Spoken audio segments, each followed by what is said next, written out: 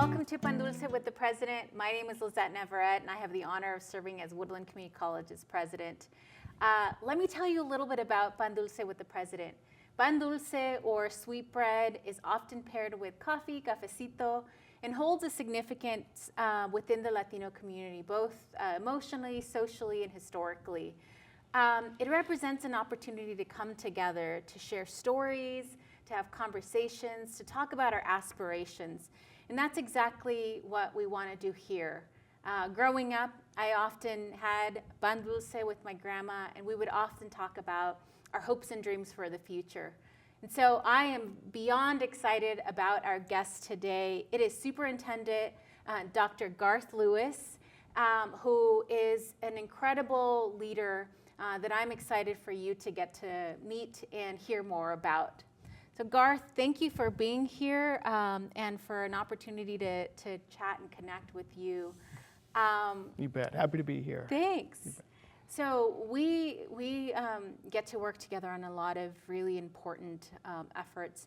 And what I really appreciate about your leadership style is it's always so inspirational. It's grounded in community, in student-centered values. And I always leave conversations with you very inspired. And so I'm curious, who has been your inspiration growing up or currently that you draw on for the inspiration that then you share with all of us? Yeah, you bet. Who immediately comes to my mind are my grandmothers, Jane Clark and Joyce Lewis, both of whom are deceased. But their spirits continue to live within me and inspire me in my work and in life in general. I think about both of them walking in just with a tremendous amount of dignity in their lives, commitment to family and faith. My maternal grandmother, Jane Clark, was a immigrant from the Philippines. And I just remember her from a faith perspective, recounting her story coming to the U.S. and really wanting to find a church home. And that really set a foundation for our family. And it created a source, again, of inspiration and purpose in my life. On my father's side, my father's mother was from Jamaica. And coming here to the U.S., my father was 13 years old, and so she, as a relatively young mother, helping her family to make that transition to living here and ensuring that we as a family had a sense of who we are, where we came from, and also the purpose in which they lived out this big move, with their children here to the U.S. And so my grandmothers absolutely continue to be a source of inspiration for me. Do you think that your grandmothers have influenced your leadership style and philosophy? Yeah, absolutely. When my younger brother and I lived for a time period with my mother's mom, we call her Nanny, so I'm just going to refer to her as Nanny. Yeah. When we lived with Nanny, she was really a hustler, and so she worked a full-time job, Campbell Soup. She was a florist. Wow. And we also ran a stall at the Denials Farmers Market and Auction out in Roseville. And she would have us on the weekends up at 4:30 in the morning, packing up the van, going out to the auction. And so she definitely modeled for us what it looked like to work hard, to make your own path forward, and she also took time to take care of herself. So I love to garden. She's who I get that love and passion for gardening from. And then Mummy, that's my dad's mom. For me, that zest of life and celebration is what I get from her. So she was one always ready to party, ready to dance. I love it. Ready to, you really enjoy the family and friends and community. So absolutely, I believe that both of their lives and really who they were from their essence definitely has influenced, and it continues to influence me. I love that. Yeah. I love the names too. I used to call my grandma Grandma Chula. Okay. That I think is so powerful to hear, right? Is who kind of part of your origin story and who makes you who you are. So, in your career, you have a lot of options. Can I ask you a little bit of what inspired you to go into educational leadership? And then after, I want to ask you kind of what some of the most pressing issues are. Sure. But would love to hear why this journey? Yeah. Well, I think it starts with my reason for being in education in the first place, right? Pursuing education as a career really was born out of seeing the impact that learning could have on young people, in particular a younger cousin who I helped to tutor, and to witness the change in her understanding in real time, I found to be very gratifying and inspiring. I also taught a bit of Sunday school to preschoolers as a teenager. And so those two experiences are what really inspired me to go into teaching. Yeah. And I found that as an educator, really connecting relationship and who our students are allowed me to have influence in a way that, again, I just found it completely gratifying, right? To see the light bulbs go off, to see young people internalize their sense of who they are and what they want for their futures and pursue that. And so moving from the classroom into administration felt natural for me, and again, just an opportunity to express that leadership in a different way at another scale. At the County Office of Education, where I serve as the county superintendent, it was about 10 years ago now that I was invited over to an interview, and what I found in the County Office of Education is really a place for me to live out my sense of possibility as it relates to all systems that serve children, youth, and families, having some level of influence in those spaces and opportunity for us to work together in a concerted effort. And the county office offered it a very unique opportunity, given the way that it's situated in relationship to higher education and K-12 or TK-12 education, as well as government and the nonprofit sectors. And so, I did not see myself at the beginning of my career pursuing or becoming a county superintendent of schools. In fact, didn't really understand what county offices did at that point, but certainly have found a place where I feel there's a great fit for what I've been blessed with in terms of my gifting and strengths and the opportunities that are presented in this role. I think you bring a lot of really great skills to this role, and your point about partnerships and relationships. When I started this role, you were one of the first people to be there available and offer that partnership hand. It's so helpful to have peers that really care deeply about the community and students.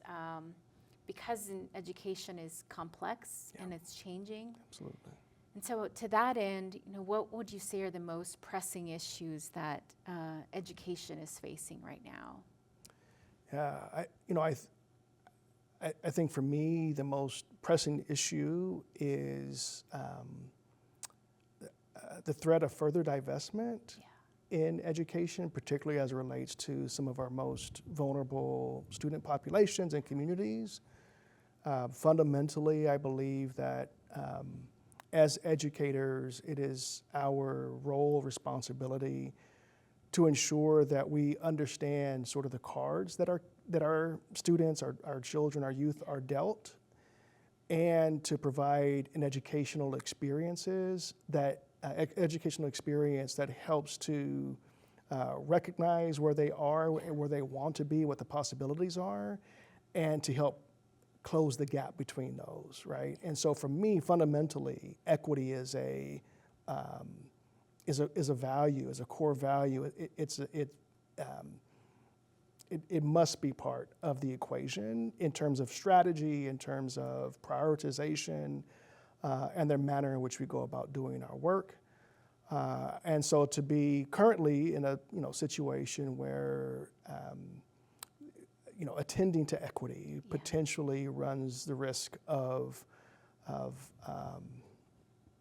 compromising funding, right, for programs and for the students that we tend to serve. That for me is a great challenge because of the realities that come along with that. Aside from that, simply the uncertainty, right, that brings with it is challenging for sure. Yeah. This is why, for me, the idea of having partnerships, having a team that can help think critically through this time period and help us to navigate and to support our vision and to stay true to who we are in this moment is critically important. Yeah. And I agree that is such a challenging area because it is so core to our purpose, and the entire reason we exist is to be there to give every individual that opportunity.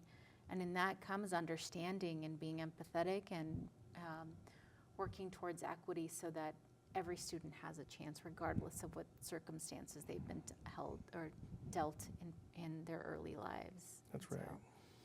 So, what would you say, kind of even in these kind of complex times, what would you say is your approach to foster a positive school culture that promotes student well-being, community well-being, and continues to advance academic achievement? You bet. Well, I think first of all, it's about mindset, right, and clarity of purpose. Right, and so I do believe this is an opportunity. This is a time where it's very important that we sort of recalibrate and do so on a very personal and deep level, as well as in a shared and collective manner. Right, and so one way is to continue to have conversations with our team about where we stand, recommitting ourselves with clarity of purpose. Centering the needs of our students in our decision-making processes, and having clarity around that, right? I think beyond that, then engaging with our young people and hearing their hopes and dreams. Just before sitting down with you this afternoon, I had a chance to hear directly from students at Cesar Chavez Community School. They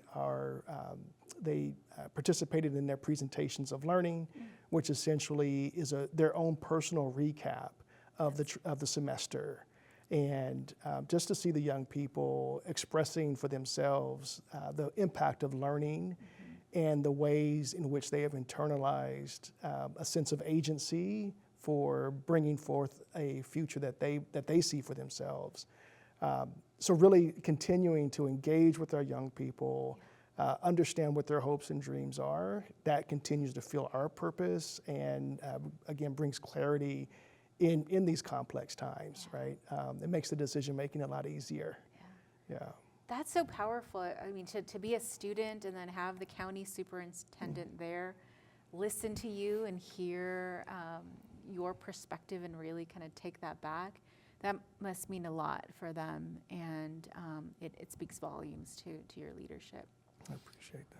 One other thing that I've observed that is impressive about the work that you and your team and in collaboration with the community and school districts throughout Yolo County is the roadmap for the future that provides a clear path of where we've been, but it's a really aspirational document of where we want to be where we should be. Can you tell me a little bit more about that, kind of what inspired it, and how you see us as community colleges playing a part?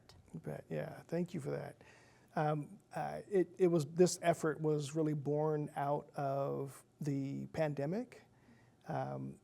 Community leaders, I have to give a shout out to Lucas Frericks, now county supervisor, then member of the Davis City Council, and Jesse Salinas, who is our assessor, clerk, and elections officer. He has long title. But those two gentlemen, out of their own commitment to children and youth, made a call to me during the pandemic. I was in my garage at the time. I remember the call quite clearly. And basically what they shared was, we knew there were monies coming down the pike to assist with recovery efforts related to the pandemic. And their inquiry was around, is there an opportunity for us to think transformationally about how the pandemic has certainly impacted our families, our children, and our youth, and equally importantly, how we can recover in a way that helps our community be even better than it was before. And this Roadmap to the Future project was birthed out of that phone call. It led to a series of engagements with other community leaders, as well as the community and youth themselves. And last July, we published our needs assessment. In November, the County Board of Supervisors set aside $1.9 million of ARP funding, and they made investments, early investments in the findings from our needs assessment. Yeah, and again, feel very fortunate to be here in Yolo County, in that each of the cities, the 4 cities, the 5 school districts, our county office of education, the county board of supervisors, and UC Berkeley all invested in this effort. Wow. And it's just a testament to what we have come to call the Yolo way, really prioritizing the needs of our community and coming together collaboratively around those needs and responding together and really understanding the value of different perspectives in that work and areas of expertise, as well as valuing the interdependence that we all have with one another. Yeah. Related to your portion of the question on community colleges, right? I'll just share that I started my higher education journey in the community college system here in California, and really just found a place to grow and to express my leadership through EAOP or EOP maybe at the time. But just I think the point I'm making is the community colleges, we know, provide such a tremendous value and opportunity to our communities. So for us, we see a very high value and priority being placed on dual enrollment. I would identify dual enrollment as a very prominent strategy that's identified in the Roadmap to the Future. And you and your team have been tremendous partners in that work, helping to really clear a path for us to think about how dual enrollment can be accessed both here at the community college directly, as well as potentially within high school settings as well. There are certainly complexities and challenges that come along with trying to help systems talk to one another that weren't necessarily designed to do so from the very beginning. But that's where this partnership, right? Our partnership becomes really important, and so dual enrollment, incredibly important. We have also looked at ways that we can get our students onto campuses on a more frequent basis. So for special events, in May, for example, we'll be hosting here at the Woodland Community College our African American Student Leadership Conference. We're looking forward to having high schoolers and middle school students on the campus for that particular event. So we're just really excited about the opportunities that the partnership holds. Yeah, thank you. Yeah, I look forward to thinking about how we can work together so that, you know, every student in this county has an opportunity to see themselves as a college student and then beyond. And I think as education partners and leaders, you know, sticking together right now is so important, and especially for what we can provide in the future. So in terms of kind of on that theme of what we can provide for our community's future, what are some of your aspirations for the community long term that you'd like to see? Like, what's the big dream? Well, first of all, I'll just share my sort of personal and professional framework is to dream big first, right? So to dream big, start small, and remain open to possibilities, right? So aspirationally, what I'd like to see is a greater sense of coherence and alignment across the entire ecosystem that serves children, youth, and families, right? And it can sound, it definitely is it's daunting, right? It's a big dream, but I think it's one that we're all working toward sort of on an intuitive basis, but looking for ways in which we can do that in a much more intentional and purposeful way, right? So through convenings and structures and processes for collaboration that really facilitate a shared understanding of our priorities, as well as the ways in which our systems currently function and how we can move towards, again, greater coherence and efficiency, if you will, in the service of our students and their families. Yeah. I love that big dream. Count us in. Yep, right on. Awesome. So, want to close out with a question or more of a request for what advice would you give or leave for young people that want to follow in your footsteps or want to be educational leaders or community leaders like you? Yeah, I think first of all, leading with a understanding that you are leading already, regardless of the seat you're sitting in, right? Leadership isn't about a title. Leadership is about your integrity and having a sense of purpose, attending to excellence, attending to relationships, right? And that's what allows you to have influence. So first of all, I would first of all recommend our young people to see themselves as leaders already, right?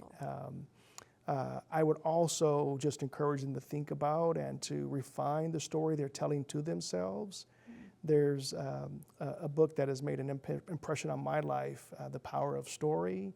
And Jim Lohr, who is a sports psychologist, one of the lessons in that book is this notion that the most important story you tell about yourself is to yourself. Wow. So one more time, the most important story you tell about yourself is to yourself.